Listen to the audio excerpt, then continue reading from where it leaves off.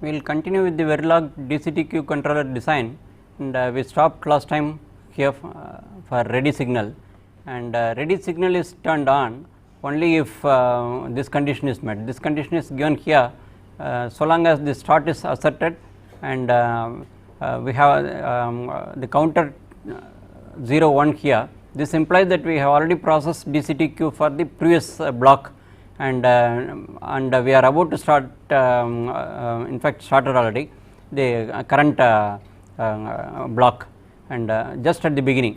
And so while at this stage we can allow this host to write data into the other RAM which has whose value has been already processed, and that is what we are doing here. And at this end only when this condition is satisfied, and if this is not satisfied, so ready will get this inversion of start reg, and for example if it is 1, so it will not make it ready, and that means there is no start signal.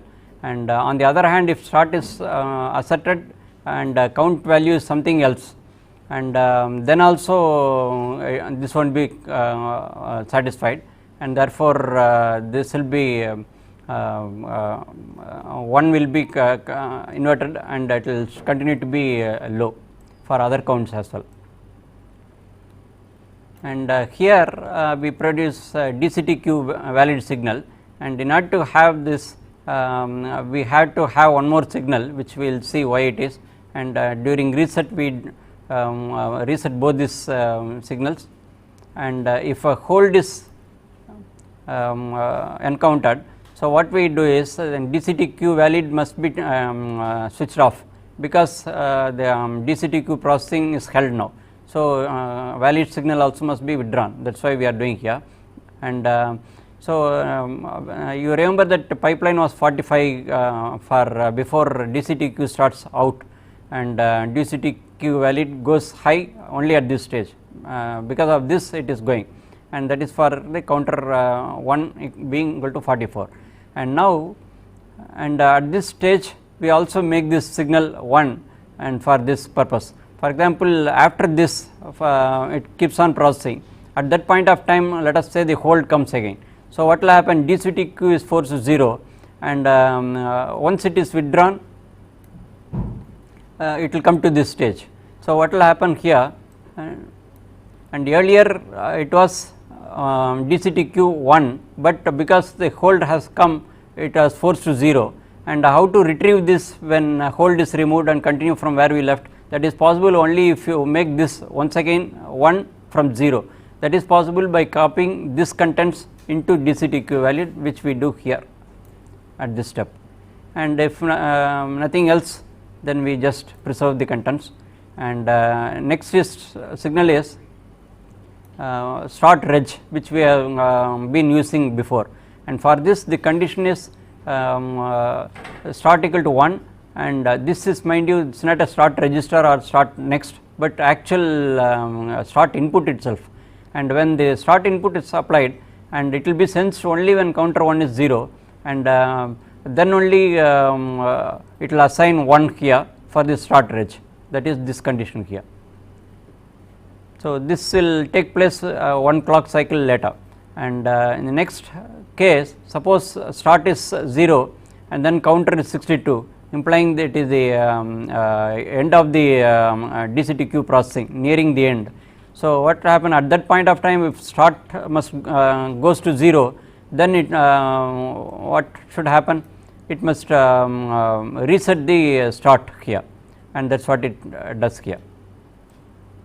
This completes the controller module, and so what we have to do is do the test bench. DCTQ test file is this here, and we take a lina.text as the input file name, and final output will be DCTQ.text from same. So, as usual for the test bench we run at 100 megahertz, therefore, this variable is put at 5, and another clock also put at the same thing.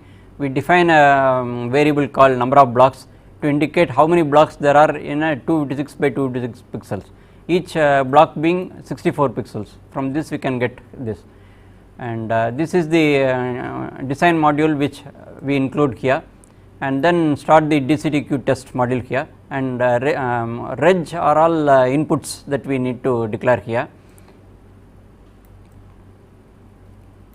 and wire as the outputs. Notice that DCTQ, its validity and address are all wire, and we also need a counter for end of block, and also a signal called stop processing, when to stop after 1024 blocks are processed, and so on. So, all these are used here, and when a particular block is ended also should be known, and when the test bench must start the whole DCTQ processing is governed by this signal. So, if you want a different picture, we had to change the blocks, and all the statements to be changed is listed here, and we have in test bench we have a counter here that keeps track of the number of blocks processed, and DCTQ output file is contained in FP1, and what we do is first we read a disk file and copy it into a memory array. This we have seen before in external memory design earlier, and here we have 8192 total here, each being 64 bits, and this much memory is required in order to have 1024 blocks of the 256 by 256, and this related in terms of number of bits. For address you need 13 bits in order to address this, because it is nothing but 8K, and that is what it says here, and we now invoke the DCTQ design and list all the IOs therein here, and then we start the initial block of the test bench. So, in the first step what we do is we read the lina.text, which is the actual image file in a text form, and put it in the memory which we have declared earlier as regmem, and that is what this command does. $readme in hex format is the instruction for that, and then we need to identify the output file, which we do here, and also say ask it to open that. So, this is the command for that, and is the DCTQ output text is the output, and derived from the lina.text, which is the input, and herein what we do is all the inputs we initialize here, and this one these are all the signals that you are already familiar. So, we will not go into the details, and So, I is a counter for which we have already said before, and now at this point of time we apply the reset. So, active low here for 20 nanosecond and withdraw, and then give the start signal. After once you give the start signal, because we have invoked the DCT design already, and it will start functioning, and after say 700,000 nanoseconds it will the file will be closed and stopped, and during which time you would have already processed one frame of image and got it in the dctq.txt as output file, and this is a statement for inverting the clock so that the clock can run for both the clocks. We now have an always block to take further decision, I mean process block after block. How we do, we will see. We need to take action only if start is 1, which we have already made 1 there, and at positive edge of the PCI clock what we need to do is we have to read the image block and input it into the actual design, and so before we do that we make sure that all the blocks are not already processed. That is why I checks for not equal to 0. So, because I was initialized to 1024, so block after block this will be decremented and checked here, and at positive edge of the clock what we do is we make that data invalid, because we are going to input the very first block there, and which can be got from the memory which we have already stored, that using that read memh, we have already stored the disk file into the actual memory, and from that we start reading from right from first location, that is a 0 location here, and input to the dual RAM here. This is nothing but DCTQ design core, and every time we do this we increment the address so that we go to the next location and keep on writing row wise in a block. So, you need 7 more times in order to complete one block, because there are 8 such rows, and that is what we do here by repeat here, and this is the block which does precisely the same here, are all exactly the same. So, next what we do is we wait for ready to go high again, because DCTQ core has started functioning and it is churning out the first DCTQ block. Once it is complete, it will assert ready, then till that time we do not input here, and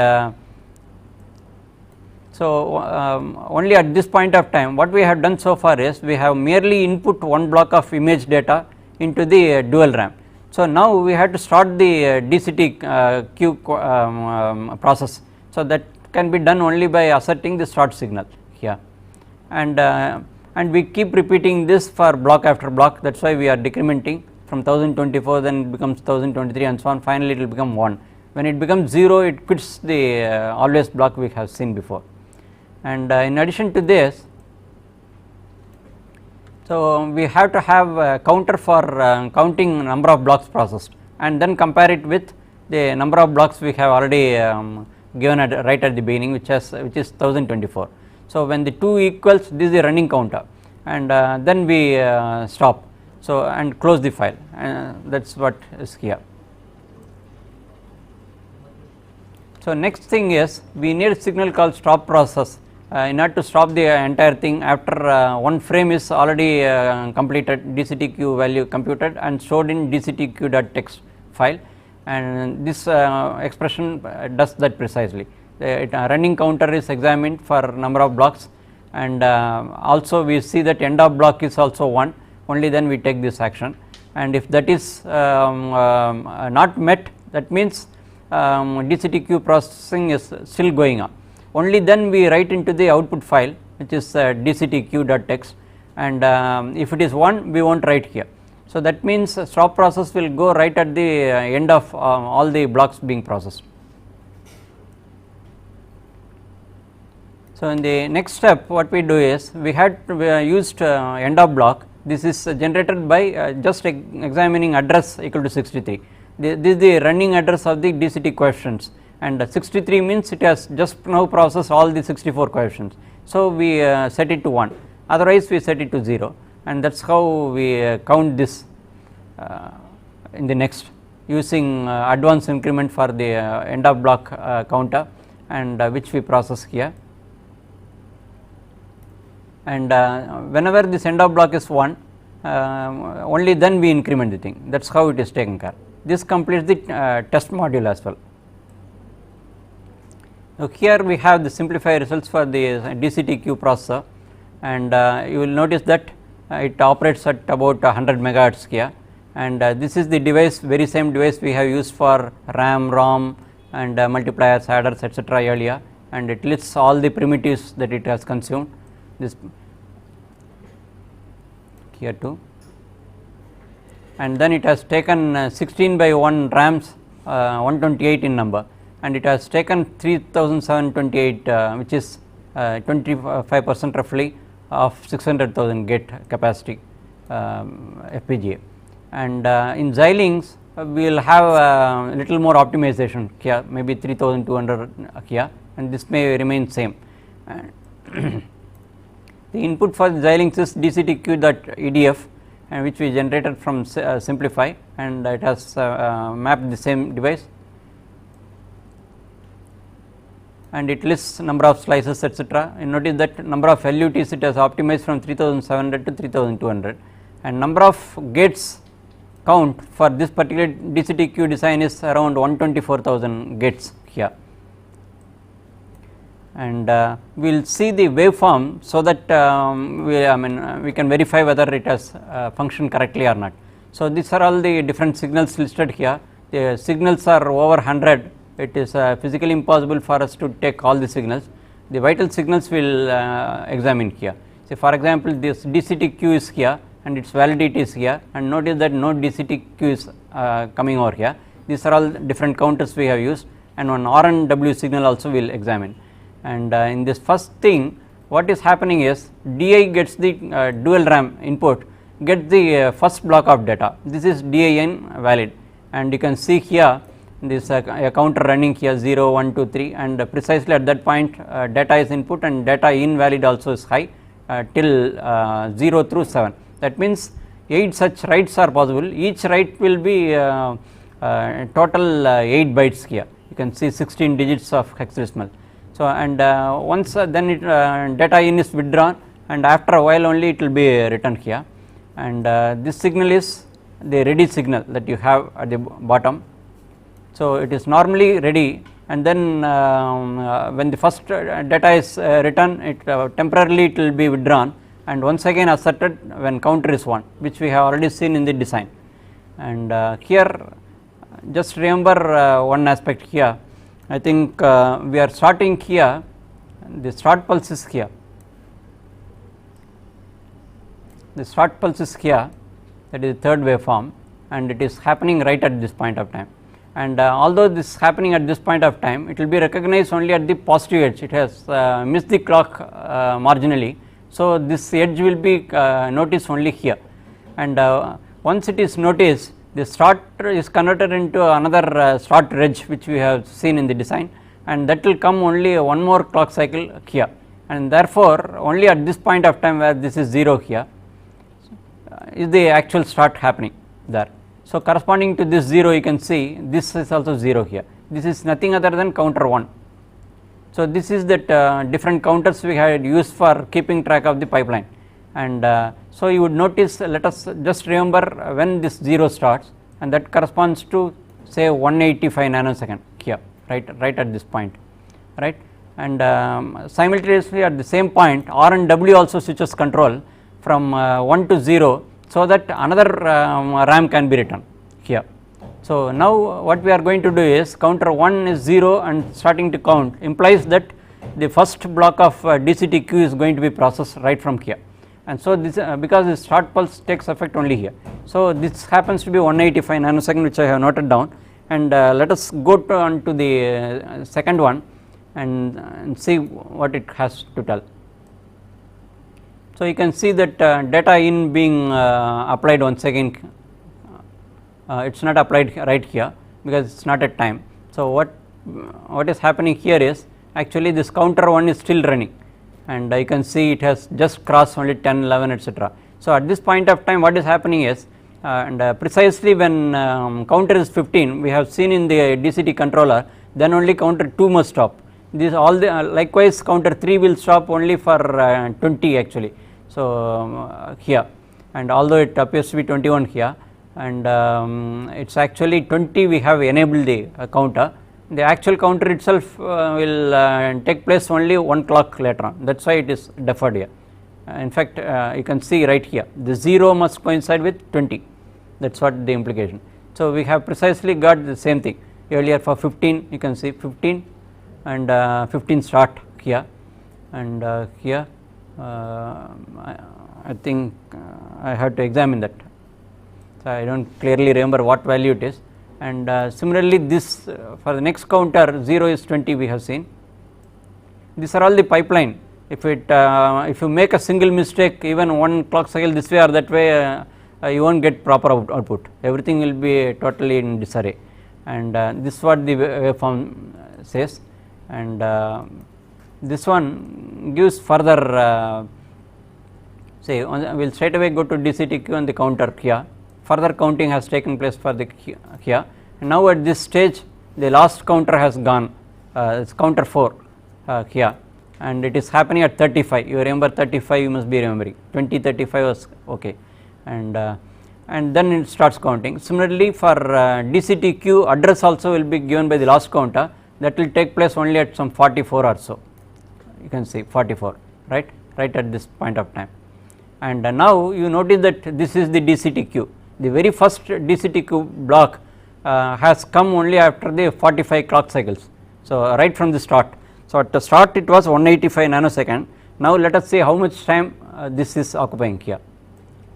This one is 635 nanosecond. So, if you take the difference, you get precisely 450 nanosecond, which means 45 clock cycles, because our time period of 100 megahertz is 10 nanosecond, and precisely after the latency of 45 clock cycles you have got the first output, and this is the DC coefficient, balance are all AC coefficients, and there will be totally 64 in number.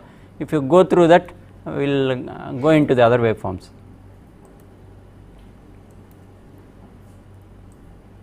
So, we will go straight away there. So, now you can see it has completed the very first block data writing. So, counter 1 is for the DI input for the dual RAM here, and it has completed here. So, because it has completed, R and W is once again automatically switching. So, not a single clock cycle is wasted. So, it is a continuous firing of input image, so also the output, and output also you can see here, and this is not yet complete, we will see in the next waveform.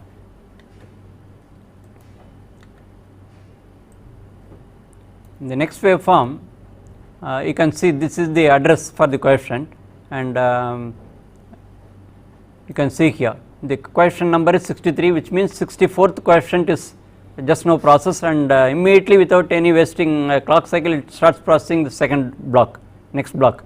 So, at this point of time it is 12 and 75 nanosecond.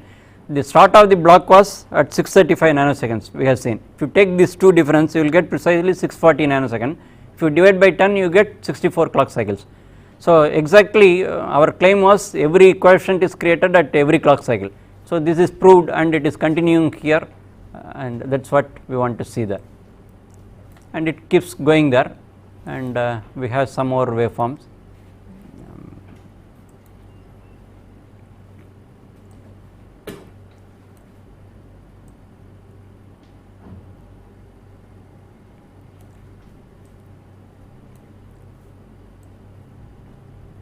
This is towards the end of the all the 1024 blocks being processed.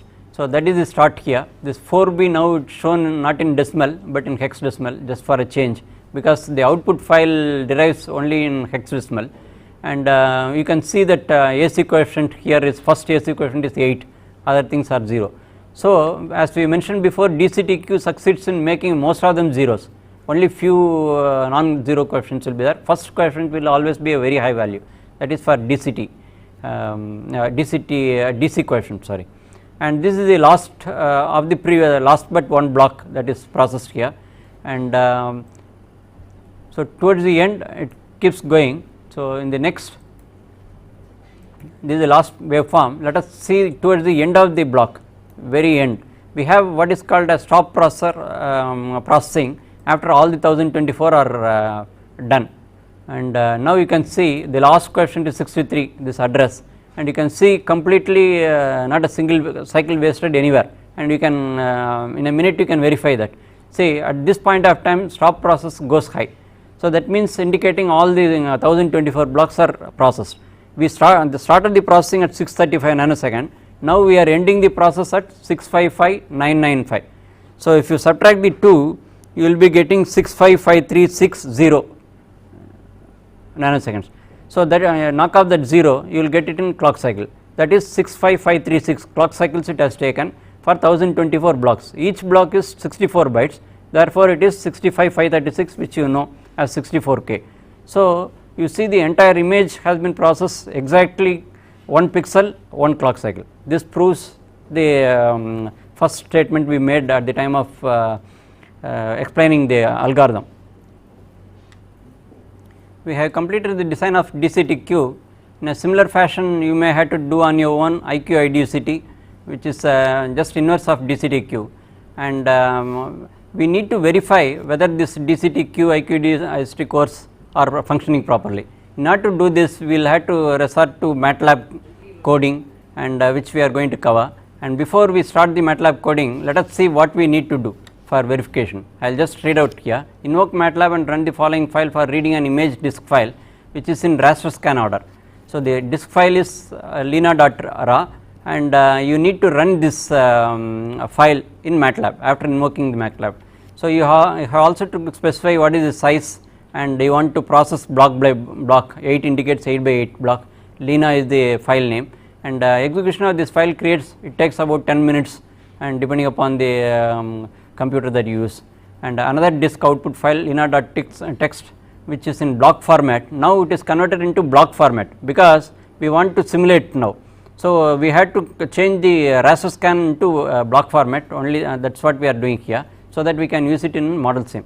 And next step is to invoke the model sim and compile DCT-Q test bench, and also load.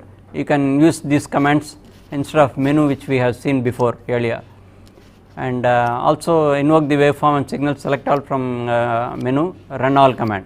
Then DCT-Q output is created as a disk file DCT-Q.text. It takes about 5 minutes. So DCT-Q has produced the result, and that will be in DCT-Q.text. This will be precisely what you have seen as the waveform, say 158 etc. You have seen all that will be contained in this here, and that will be in basically in decimal format, in hexadecimal, or rather binary, because we are dealing with the hardware. And next step is to invoke the IQ IDCT, and it is inverse, which is left as an exercise for you, and hoping that you complete, then you can run this. So once again you do the compilation as well as load the design, and then invoke the signals, and then run the same. So when you do that, it will take DCT-Q.text got in the previous step, and do the inverse operation, and thus reconstruct the picture, and it will have IQ IDCT.text as the output, and once again it takes so much time. This will be in the block order because we have converted into block earlier. So in order to see the image in the right perspective, so we need to once again convert this block order into raster scan order, which we do by invoking another MATLAB program, and it takes this one where it was created in step 3,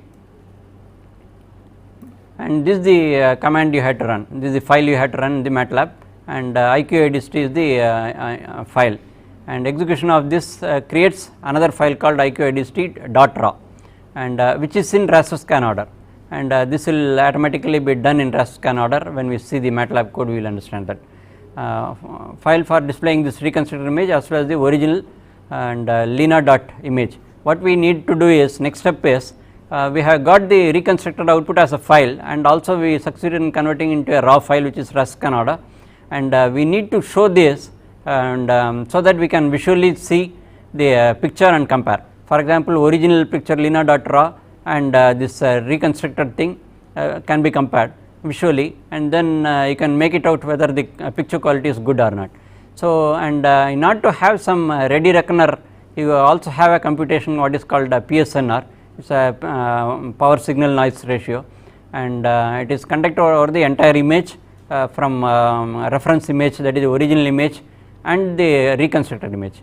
So, for this also you need to run another MATLAB code called show image for showing and psnr.m for computing the PSNR codes. So, we have said before we need to download this XN view software that is available in this, you can download from this site.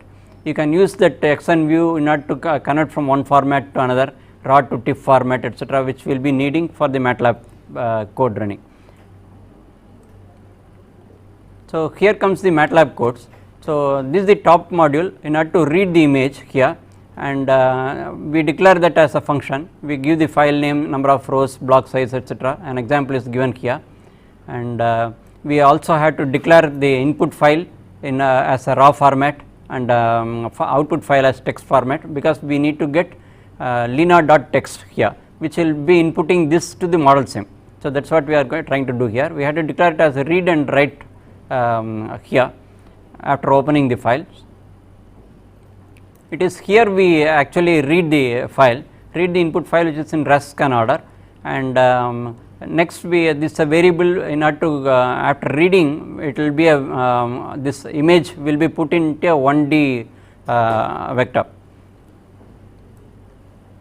Then call the image read function to organize it into blocks. Then that is what see this for details. We initialize a variable here, and this is a pixel counter, and they are all C like structure. You have a for loop here, start end point here for k, I, j. The innermost loop is this one, and what we are trying to do is we have a REST-scan order image that we are trying to convert it into block. That is what we are doing here, for which we need 2 dimension I and j. So, there are 8 by 8 pixels, therefore, it is 1 to 8, 1 to 8. Like this we have 1024 blocks in an image, that is why this variable is for. And then we also increment every time the number of pixels counter. And then we know another module which we will be explaining a little later, and convert output this one block we have got into a disk file for use in the next stage, and then close all the files. So, the image read is the function we had called earlier, and that is what is here declared here, and once again that is available as x here, and we initialize here, convert all elements to 0 here, and once again we have for loops here. The first loop is we have already got one block of pixel. So, like this there may be several blocks along the horizontal dimension of the image. So, we will call that as a row block. It is a row for the block, that means there are 8 rows there. So, 8 into 256 pixels will be covered in one row block, that you should understand.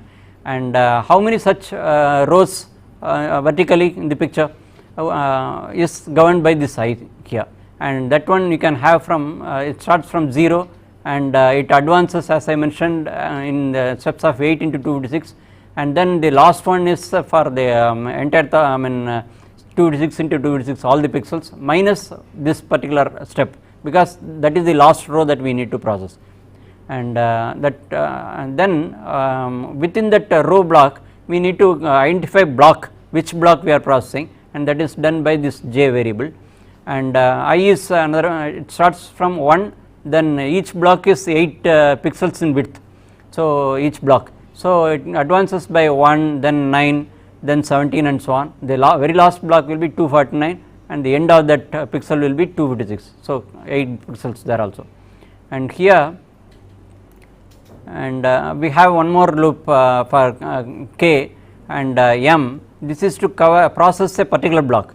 So, this will be done by 0 through 7 here, and if you take one example it will be clear to you. For example, and what we have processed, we are writing it into matrix X, which is a 1 dimensional vector, right, and if you take one example, the very last in the row block, if you take that one, you remember that 249 was the last there, and that is for j, and this is 7 here is the last one, and m is also 7 for the last block. So, the column is 256, so this is here.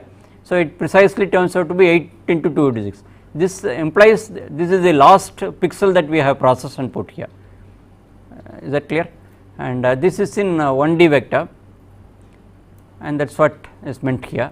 So, next one is to write this block. What we have done before is we have got into arranged it into a block and then we had to write it into the output file. That is what we do by this file. And in this case do not just ignore this one, and we need to arrange the block in ij form. This is the form in which we have already input. So, we need one more counter here, j equal to 18 and I counter also, and here. So, we have to process one block. So, that is why it is given as 1 to 8 and block is precisely the same thing. So, it is arranged as 8 by 8 matrix here, and that is copied into a number here, and that number will have to be converted from decimal to hex, because what we get from the raw file is actually in decimal format. So, all the image, and so we had to do that here, and what we do is we just append every time we process one pixel, we append into another hex string 1D vector here, and finally write that particular thing, the same variable, into the output file. This is that output file corresponding to that lina.text or whatever name we have given, and it should be every time you write a new line must be taken into account. So, every alternate next line you have to write. So, what you have here is all arranged in a single file, pixel after pixel, arranged in that fashion. Write into the output file each pixel in a new line. That completes the writing into the file block by block. And now what we had to do is, after we have seen verification, in that step, this is the step for the DCTQ running. After that you will run the DCTQ, then its inverse IQIDST. Finally, that also will give you a reconstructed picture. So, that will be in block format, and that will have to be converted now into rasterscan format. So, for that you need these MATLAB codes. This is called a write image file, and it takes the reconstructed image and converts the block format into raw format for displaying using show image. You need this also we have seen before. We will first have a look at this. These are all usual file name, whether it is text format or raw format, whether it is read or write, and this is the one we read from that file. FP1 is the first one here, file in. So, if it is lina.text, that will be read here and put in this variable here in decimal format. See, note that it was in hexadecimal, the IQIDST was still in binary, actually hexadecimal we can say. That must be, it was converted earlier, you remember, in read image. Now we had to do the decimal into decimal conversion. It is a simple thing like a C like instruction there. So, here we call this image write once again, as we did in image read earlier, and then finally output that result into the final output. You can treat it as a character string, and this will be in the row wise into in a rasterscan order finally. So, this is the function which converts that block into rasterscan order. This is a function we are going to call, and that was a higher level program, just know what we have seen, which calls this one. So, here you will have this rasterscan, this exact counterpart of read image read, which we have seen before. So, we can quickly go through this is a declaration, and this you remember 0, 8 into 2 to 6, the entire row block I was saying. So, we have now to write a block which is confined to, say, it starts here, then goes to second line and so on. It will be a block like that. Now, what we have to do is write first line of the block row first, and then go to the second row of the block and write alongside the first here, so, and repeat the same thing in the same fashion till you have exhausted all 256 thing. That is what we mean by rasterscan. That is what we are doing here. That is the pointer there for that. And as usual, we have some more variable j and 0 for block processing. This is with block within the row block processing and so on. So, only difference is this was there on the right hand side at that time. Now, what we have is block by block block arrange image details. This is pixel value for there are so many pixels then that many data will be there in 1D vector, but arranged in a block fashion, and that is got here, and now it is arranging as we have seen before into a raster scan order. So, it goes right up to the last very last 8 into 256 pixels, that shows that it has converted correctly, and for every pixel we advance, this is a pixel counter here, and corresponding end for loops.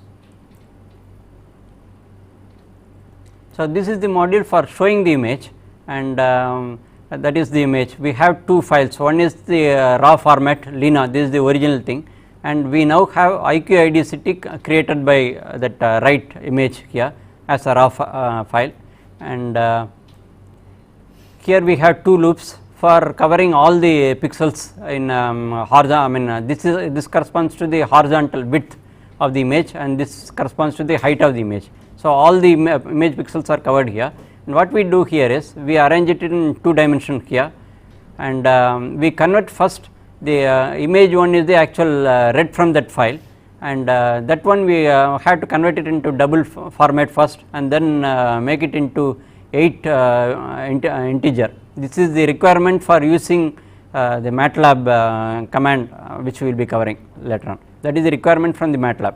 So, you had to manipulate conversion. So, and every process pixel you process, you just increment that, and finally you open an output file here, and image 2 is that output file, and this is for the second one reconstructed. What we are trying to see is show image. So, we have processed so far the actual original file, now we are going to process the reconstructed file, that also is exactly the same here. Once again we take the double and then uint, and then put it as a reconstruct matrix ij. Ij varies from 1 to 256, and n plus 1 is to increment the pixel counter. So, once we had done with this, we have processed and got it in original and reconstructed matrices, the actual original image and reconstructed image. What we had to do is just display. For that, there is one command called imshow, and this is the format you have to do. This demands that uint double precision we have used earlier, and because of this requirement we had done that, and it shows straight away right on the screen when you execute, and you can also give a title if you wish here, and once again show the that was our original file. Figure 2 is for the reconstructed file here, and you can compute the PSNR value, which is very simple here. So, what you need here is you need to use section view and convert that raw file which we had got just now and into TIFF file, then only you can execute this, and this 2 files are here, and for which we need to compute. This is the reconstructed file, this is the original file, and we need to compute the PSNR. So, we have what is called 2 variables, original and reconstructed, and we use a double precision here, and mn is the size of the actual image, and PSNR computation is governed by this expression, which means 10 log 10. Then you have on the numerator you have 255 square multiplied by m into n, which is nothing but picture size, in this case 256 by 256 for Lena, and divided by the numerator here, which is nothing other than pixel wise intensity between the original and reconstructed figure, and every pixel difference you get rid of the sign by squaring it, and then finally summing for all the pixels, and that is the denominator. If you do this, you get in dB decibels the PSNR value, and here dot means element element to element. So, this is not the entire file, that is the meaning.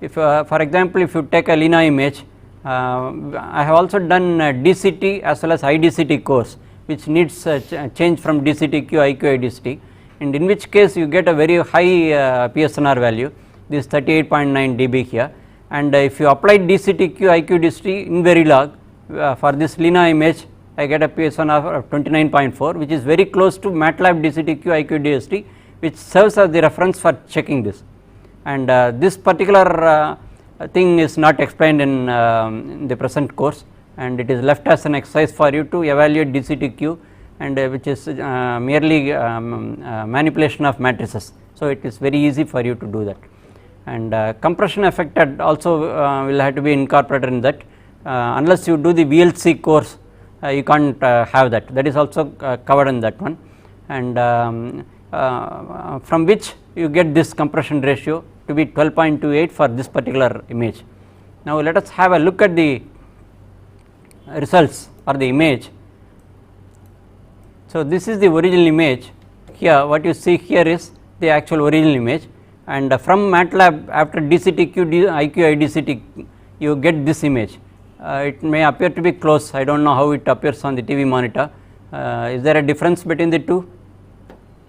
I am not sure, and probably you can see some quality suffering here, and this is DCTQ, IQ, which we reported as 29.4 decibels here,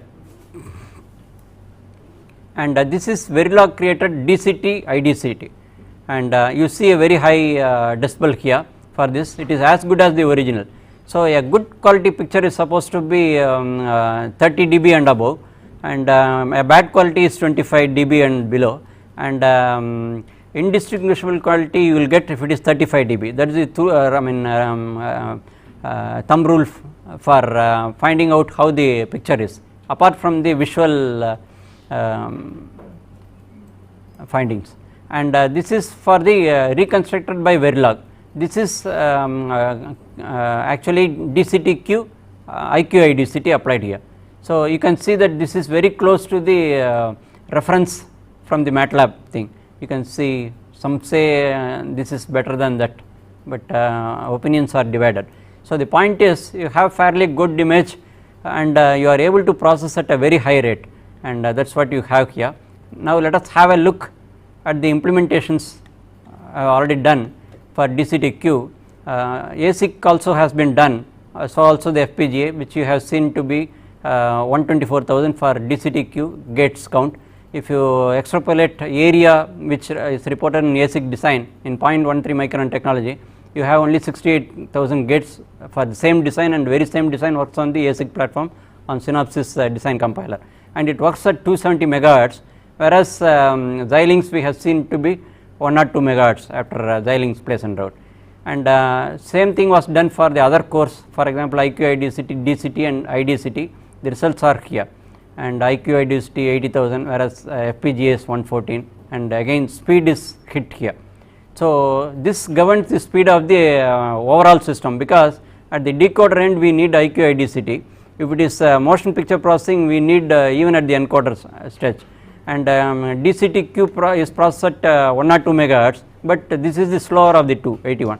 So let us see for that, and similarly for DCT and IDCT. These are all the capabilities of the IP cores that we have developed.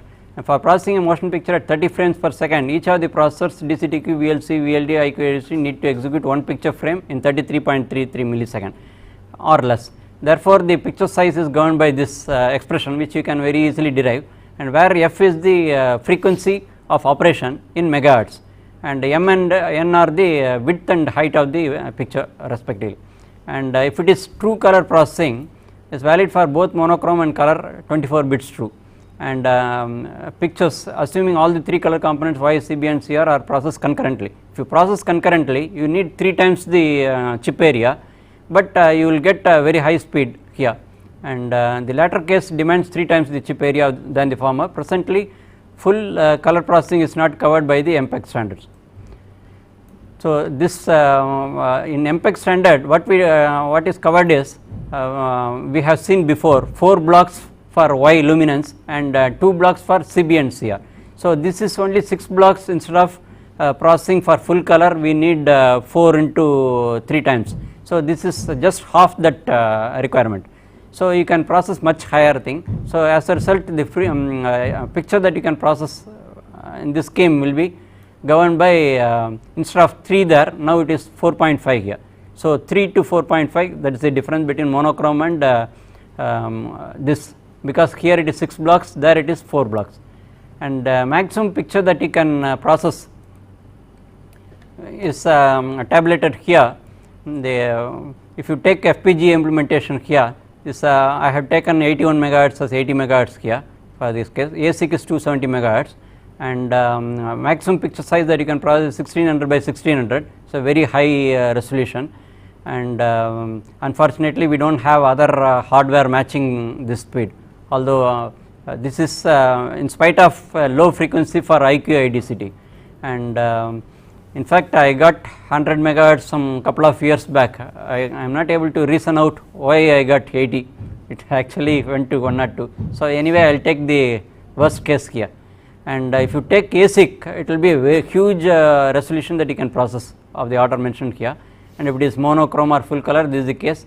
If it is as per the standard in this ratio 4, then 1 block, 6 blocks instead of 4 blocks for monochrome, and actually the standard sizes come in this format, say 1600 by 1200 and 1024 by 768, which is called XGA format, and this is called SVGA format 800 600, then QCIF is 352 by 288, and this completes the DCTQ design. Thank you.